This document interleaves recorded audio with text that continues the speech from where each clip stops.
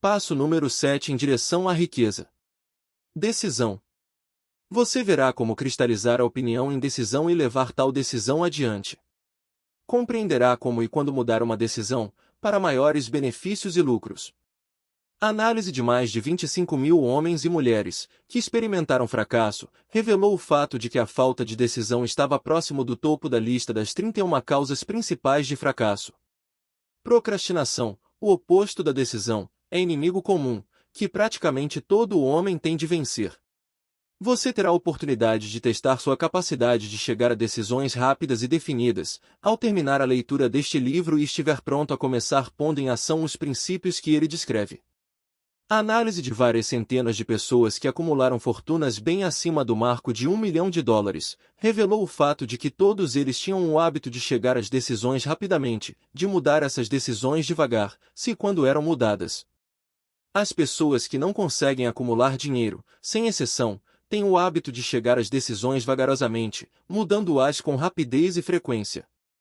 Uma das mais notáveis qualidades de Henry Ford era o hábito de chegar às decisões rápida e definitivamente, mudando-as devagar. Essa qualidade era tão pronunciada em Ford, que lhe deu a fama de ser obstinado. Foi essa qualidade que o induziu a continuar a produção do seu famoso modelo T, o carro mais feio do mundo, quando todos os conselheiros e muitos compradores lhe recomendavam que o mudasse. Talvez Ford tivesse demorado demais em mudá-lo, mas o outro lado da história é que a firmeza e a decisão trouxeram-lhe vasta fortuna, antes que a mudança de modelo se tornasse necessária. Poucas dúvidas restam de que o hábito de decisão definida de Ford assumia as proporções de obstinação, mas essa qualidade é preferível à vagarosidade em chegar às decisões e rapidez em mudá-las. Opinião, artigo barato. A maioria das pessoas que não conseguem acumular dinheiro suficiente para suas necessidades, são geralmente influenciadas, com facilidade, pelas opiniões dos outros. Permitem aos jornais e aos vizinhos mexeriqueiros que pensem por eles. Opiniões são os artigos mais baratos na Terra. Todos têm um conjunto de opiniões pronto a soltar em quem quer que as aceite. Se você se deixar influenciar por opiniões, ao chegar às decisões, não terá êxito em nenhuma empresa, muito menos na de transformar o desejo em dinheiro. Se você for influenciado pela opinião dos outros, não terá desejo próprio.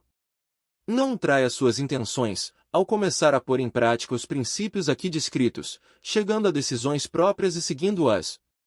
Não as confie a ninguém, exceto aos membros do seu grupo de mente superior, e esteja seguro, na seleção desse grupo, de que escolheu apenas os que estão em completa simpatia e harmonia com seus propósitos.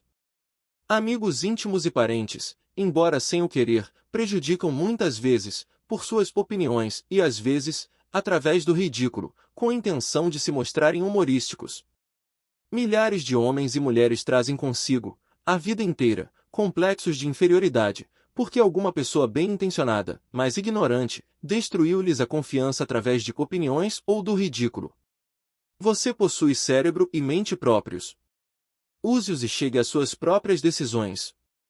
Se precisar de fatos ou dados de outras pessoas, para possibilitar-lhe tais decisões, como provavelmente lhe acontecem muitas vezes, adquira os fatos ou garanta as informações de que precisa, sem alarde, e sem revelar seus propósitos. É uma das características das pessoas que têm apenas conhecimentos superficiais ou aparência de conhecimento, tentar dar a impressão de que têm conhecimentos vastos. Tais pessoas geralmente falam demais, e ouvem pouco. Conserve os olhos e ouvidos bem abertos, e a boca fechada, se quiser adquirir o hábito da decisão imediata. Os que falam demais, fazem pouco mais do que isso. Se você falar mais do que escuta, não só se priva de muitas oportunidades de acumular conhecimentos úteis, como ainda revela seus planos e propósitos a pessoas que terão imenso prazer em derrotá-lo, porque o invejam. Lembre-se, também, cada vez que abrir a boca na presença de alguém que tem vastos conhecimentos, você exibe seu estoque de conhecimentos ou a falta deles. A sabedoria verdadeira se percebe, geralmente, pela modéstia e pelo silêncio. Não se esqueça do fato de que todas as pessoas com as quais você convive, estão, como você, procurando a oportunidade de acumular dinheiro. Se você falar livremente demais sobre seus planos, pode ficar surpreso ao descobrir que alguém já passou à sua frente, usando os planos que você revelou tão tolamente. que uma de suas primeiras decisões seja a de conservar a boca fechada e olhos e ouvidos abertos. Como lembrete para seguir esse conselho, será útil copiar o seguinte epigrama, em letras grandes, colocando onde possa vê-lo diariamente: diga ao mundo o que pretende fazer, mas mostre-o primeiro. É o equivalente ao dito: ações e não palavras são o que mais conta. História feita de decisões. O valor das decisões depende da coragem exigida para tomá-las. As grandes decisões, que foram os fundamentos da civilização, foram alcançadas à custa de grandes riscos, que muitas vezes significavam possibilidade de morrer. A decisão de Lincoln, de lançar sua famosa Proclamação da Emancipação, que deu liberdade ao povo de cor dos Estados Unidos, foi tomada com plena compreensão de que o ato poria contra ele milhares de amigos e seguidores. A decisão de Sócrates de tomar o copo de veneno, preferindo-o a transigir em sua crença pessoal, foi decisão corajosa. Fez o tempo avançar 1000 anos e deu, aos que ainda não eram nascidos, direito à liberdade de pensamento e de palavra. A decisão do general Robert Lee, quando rompeu com a União e abraçou a causa do Sul, foi decisão corajosa, pois sabia que lhe poderia custar a própria vida e que certamente custaria muitas vidas humanas. Um incidente em Boston. A maior de todas as decisões, no que concerne a qualquer cidadão americano, foi tomada em Filadélfia, no dia 4 de julho de 1776, quando 56 homens assinaram um documento, que sabiam traria liberdade aos americanos ou então mandaria os 56 à forca. Você já ouviu falar desse famoso documento, mas pode não ter extraído dele a grande lição de realização pessoal que tão abertamente ensina. Todos nós nos lembramos da data dessa momentosa decisão, mas poucos compreendem a coragem que exigiu. Lembramo-nos de nossa história como nos foi ensinada, das datas e nomes dos homens que lutaram, de Valley Forge e de Yorktown, lembramo-nos de George Washington e Lord Cornwallis. Mas pouco sabemos das forças reais por trás desses nomes, datas e lugares. Sabemos menos ainda do poder intangível que nos assegurou a liberdade, muito antes dos exércitos de Washington alcançarem Yorktown. Chega a ser quase uma tragédia que os historiadores não se referissem, em absoluto, ao poder irresistível que deu origem e liberdade à nação destinada a erigir novos padrões de independência para todos os povos da Terra. Digo que é tragédia, porque se trata do mesmo poder que deve ser usado por todo indivíduo que supera as dificuldades da vida e força a pagar o tributo exigido. Passemos em revista, rapidamente, os acontecimentos que deram origem a esse poder. A história começa com um incidente em Boston, a 5 de março de 1770. Soldados britânicos patrulhavam as ruas, ameaçando abertamente os cidadãos com sua presença. Os colonos ressentiam-se com os homens armados marchando em meio deles. Começaram a mostrar, abertamente, seu ressentimento, atirando pedras e epítetos aos soldados que marchavam, até que o comandante deu ordens de calar baionetas. Avançar! A batalha começara. Terminou com a morte e ferimentos de muitos. O incidente causou tal ressentimento que a Assembleia Provincial, formada de eminentes colonos, marcou uma sessão com o propósito de tomar ação decisiva. 2 dos membros da Assembleia eram John Hancock e Samuel Adams. Falaram com coragem e declararam que era preciso dar um passo que expulsasse todos os soldados britânicos de Boston. Lembre-se disso, uma decisão, nas mentes de 2 homens, pode ser chamada, com propriedade, de começo da liberdade, que agora, nós, nos Estados Unidos, gozamos. Lembre-se também que a decisão dos 2 homens exigiu fé e coragem, porque era perigosa. Antes que a Assembleia fosse suspensa, Samuel Adams foi incumbido de visitar o governador da província, Hutchinson, e exigir a retirada das tropas inglesas. A exigência foi satisfeita, as tropas removidas de Boston, mas o incidente não terminou aí. Causará uma situação destinada a mudar todo o rumo da civilização. Mentes começam a trabalhar em conjunto. Richard Henry Lee tornou-se fator importante nessa história, porque ele e Samuel Adams se correspondiam com frequência, compartilhando livremente seus temores e esperanças, referentes ao bem-estar do povo de suas províncias. Dessa correspondência, Adams concebeu a ideia de que uma troca de cartas entre as 13 colônias poderia auxiliar a concretização da coordenação dos esforços, tão necessários à solução dos seus problemas. 2 anos após o conflito com os soldados em Boston, março de 1772, Adams apresentou a ideia à Assembleia, em forma de moção, sugerindo que se estabelecesse uma comissão de correspondência entre as colônias, com o propósito de cooperação amistosa para a melhoria das colônias da América Britânica. Era o início da organização do vasto poder destinado a dar liberdade a você e a mim. O grupo de mente superior fora organizado. Consistia de Adams, Lee e Hancock. A comissão de correspondência foi organizada. Os cidadãos da colônia conduziam uma luta desorganizada contra os soldados britânicos, através de incidentes semelhantes ao distúrbio de Boston, mas nada de bom foi realizado. As mágoas individuais não se consolidaram sob a chefia de um grupo de mente superior. Nenhum grupo de indivíduos pusera corações, mentes, almas e corpos em uníssono, numa decisão final de pôr fim às dificuldades com os ingleses, de uma vez por todas, até que Adams, Lee e Hancock se reuniram. Enquanto isso, os ingleses não descansavam. Estavam, também, planejando e formando um grupo de mente superior, por sua conta, com a vantagem de contar, à retaguarda, com dinheiro e soldadesca organizada. Decisão instantânea muda a história. A coroa britânica designou Gage para substituir o Tinson, como governador de Massachusetts. Um dos primeiros atos do novo governador foi mandar um mensageiro visitar Samuel Adams, com o propósito de tentar paralisar sua oposição, pelo medo.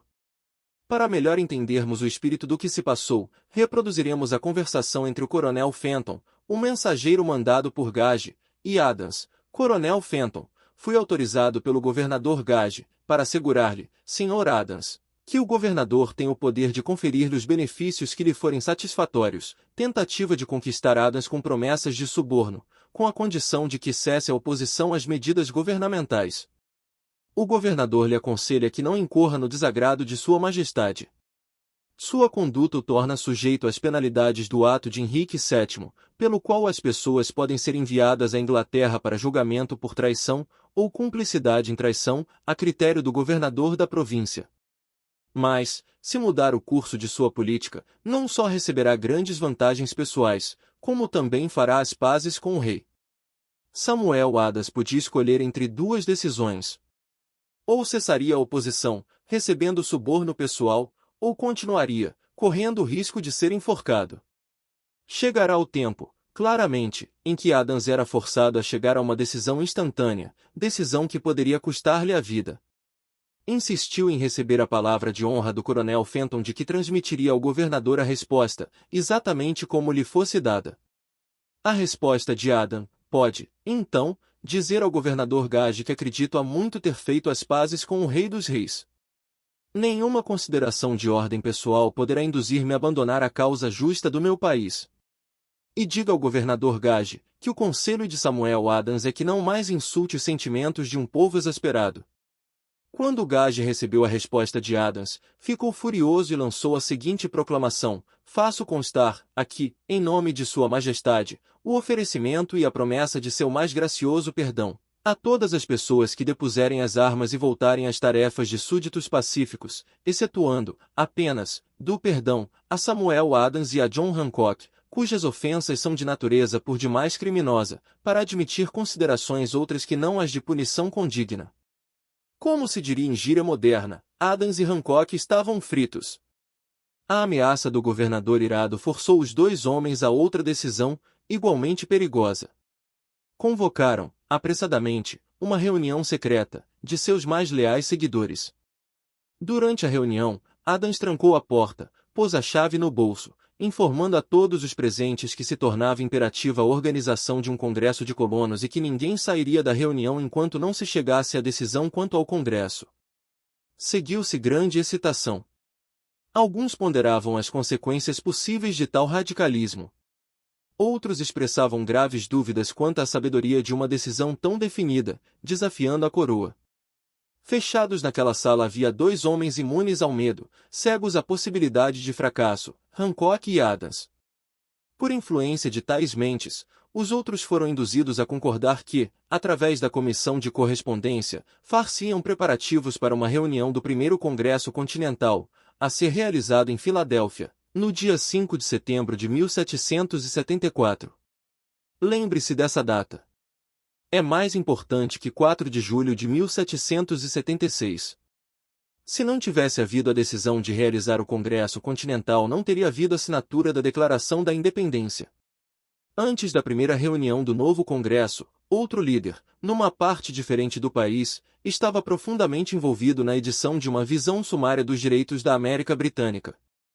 Era Thomas Jefferson, da província de Virgínia, cujas relações com Lord do More, representante da coroa na Virgínia, estavam tão tensas quanto as de Hancock e Adams com o governador deles. Pouco depois da publicação de seu famoso Sumário dos Direitos, Jefferson foi informado de que estaria sujeito à acusação de alta traição contra o governo de Sua Majestade. Inspirado pela ameaça, um dos colegas de Jefferson, Patrick Henry, emitiu sua opinião corajosamente, concluindo os comentários com a sentença que se tornaria clássica, para sempre: se isso for traição, aproveite-a ao máximo. Eram homens assim que, sem poder, sem autoridade, sem força militar, sem dinheiro, se reuniram, em consideração solene ao destino das colônias, começando com a inauguração do primeiro Congresso Continental e continuando, intercaladamente, por 2 anos, até que, a 7 de junho de 1776, Richard Henry Lee se ergueu, e, dirigindo-se à mesa e à Assembleia assombrada, propôs a seguinte moção: Senhores, proponho esta moção: os Estados Unidos são e, por direito deveriam ser, Estados livres independentes que sejam desligados de toda a sujeição à coroa britânica, e que toda a conexão política entre eles e Grã-Bretanha está e deveria ser totalmente dissolvida. Thomas Jefferson lê em voz alta a surpreendente moção de Lee foi fervorosamente discutida e a tal ponto, que esse acabou por perder a paciência. Afinal, após vários dias de discussão, novamente pediu a palavra. E declarou em voz firme e clara: Senhor Presidente, já discutimos esse assunto durante vários dias. É o único rumo que podemos seguir. Por que, então, demorar tanto? Por que deliberar ainda? Que esse dia feliz faça nascer uma república americana. Que ela se erga, não para devastar e conquistar, mas para restabelecer o reino da paz e da lei. Antes de sua moção ser finalmente votada, Lee foi chamado de volta à Virgínia, por motivo de doença séria na família, mas, antes de partir, colocou a causa nas mãos do amigo, Thomas Jefferson, que prometeu lutar até alcançar oposição favorável. Logo depois, o presidente do Congresso, Hancock, nomeou Jefferson presidente de uma comissão para redigir a Declaração da Independência. A comissão trabalhou longa e arduamente, num documento que significaria, quando aceito pelo Congresso, que todo homem que o assinasse estaria assinando sua própria sentença de morte, caso as colônias perdessem a luta com a Grã-Bretanha, o que parecia certo de acontecer. O documento foi redigido e, a 28 de junho, o esboço original foi lido perante o Congresso. Durante vários dias foi discutido, alterado e melhorado. A 4 de julho de 1776, Jefferson, diante da Assembleia, leu, sem medo, a mais momentosa decisão jamais colocada no papel, quando, no decurso de acontecimentos humanos, tornar-se necessário a um povo dissolver os laços políticos que o uniam a outro, e assumir, entre os poderes da terra, a posição independente igual, a que, pelas leis naturais e pelo Deus da natureza, tem direito, respeito decente às opiniões da humanidade exige que sejam declaradas as causas que o impelem à separação. Quando Jefferson terminou, o documento foi votado, aceito, e assinado por 56 homens, cada um arriscando a própria vida na decisão de escrever seu nome. Por essa decisão veio à existência uma nação destinada a trazer à humanidade, para sempre, o privilégio de tomar decisões. Analise os acontecimentos que levaram à Declaração da Independência e convença-se de que essa nação, que agora mantém posição de respeito e poder destacados entre todas as nações do mundo, nasceu de uma decisão criada por um grupo de mente superior, que consistia de 56 homens. Note bem o fato de que foi a decisão deles que assegurou o sucesso dos exércitos de Washington, porque o espírito dessa decisão estava no coração de cada soldado que com ele combateu e serviu de poder espiritual, que não reconhece o fracasso. Note também, com grande benefício pessoal, que o poder que deu à nação sua liberdade é o mesmo poder que deve ser usado por todo indivíduo que se torna autodeterminado. Esse poder é constituído dos princípios descritos neste livro. Não será difícil detectar, na história da Declaração da Independência, pelo menos 6 princípios: desejo, decisão, fé, persistência, o grupo da mente superior e planejamento organizado. O poder da mente resoluta. Nessa filosofia será encontrada a sugestão de que o pensamento, apoiado pelo desejo forte, tem tendência a transformar-se em seu equivalente físico. Pode-se encontrar esta história e na da organização da United States Steel Corporation, uma descrição perfeita do método pelo qual o pensamento passa por essa assombrosa transformação. Na busca ao segredo do método, não procure um milagre, pois não o encontrará. Só encontrará as eternas leis da natureza. Essas estão ao alcance de qualquer pessoa que tem fé e coragem para usá-las. Podem servir para trazer liberdade à nação ou para acumular riquezas. Os que chegam rápido e definitivamente às decisões sabem o que querem e, geralmente, o obtêm. Líderes, em qualquer época da vida, decidem com rapidez e firmeza. Eis a principal razão de serem líderes. O mundo tem por hábito dar lugar ao homem cujas palavras e ações demonstram que sabe para onde vai. A indecisão é um hábito que geralmente começa na juventude. Torna-se permanente à medida que a juventude avança pela escola primária, secundária e até mesmo superior, sem definição de propósitos. O hábito da indecisão acompanha o estudante na profissão que escolhe, se, na verdade, chega a escolher a profissão. Geralmente, o jovem recém-saído da escola aceita qualquer emprego que possa ser encontrado. Agarra o primeiro que aparece, porque já caiu no hábito da indecisão. 98 entre 100 pessoas que hoje trabalham ganhando salários, estão nos cargos atuais porque lhes faltou decisão firme para planejar posição definida e os conhecimentos de como escolher o empregador. Firmeza de decisão sempre requer coragem, às vezes grande coragem. Os 56 homens que assinaram a Declaração da Independência arriscaram as vidas na decisão de assinarem aquele documento. A pessoa que toma uma decisão firme para procurar um determinado emprego e fazer com que a vida lhe pague o preço que exige, não arrisca a vida em tal decisão, arrisca sua liberdade econômica. Independência financeira, riquezas, negócios vantajosos e cargos profissionais não estão ao alcance da pessoa que deixa ou se recusa a esperar, planejar e exigir essas coisas. A pessoa que deseja riquezas com o mesmo espírito com que Samuel Adams desejou a liberdade para as colônias, acumulará fortuna com certeza. Pontos a fixar: falta de decisão é a principal causa do fracasso. Todos têm opinião, mas no fim é a sua opinião que move o seu mundo. Vimos como uma decisão tomada em Filadélfia, em 1776, atua para sua força e confiança atuais. A mente resoluta harmoniza-se com um tremendo poder especial. A indecisão começa, frequentemente, na mocidade, vimos como evitá-la e ajudar outros a evitá-la. Analise esses acontecimentos, que levaram a grandes decisões e estará dando a si mesmo uma orientação vitalícia para ação decidida e efetiva, em qualquer tempo de sua vida. O grande desejo de liberdade traz liberdade, grande desejo de riqueza traz riqueza. Todo homem poderoso se mantém dentro de seu próprio poder.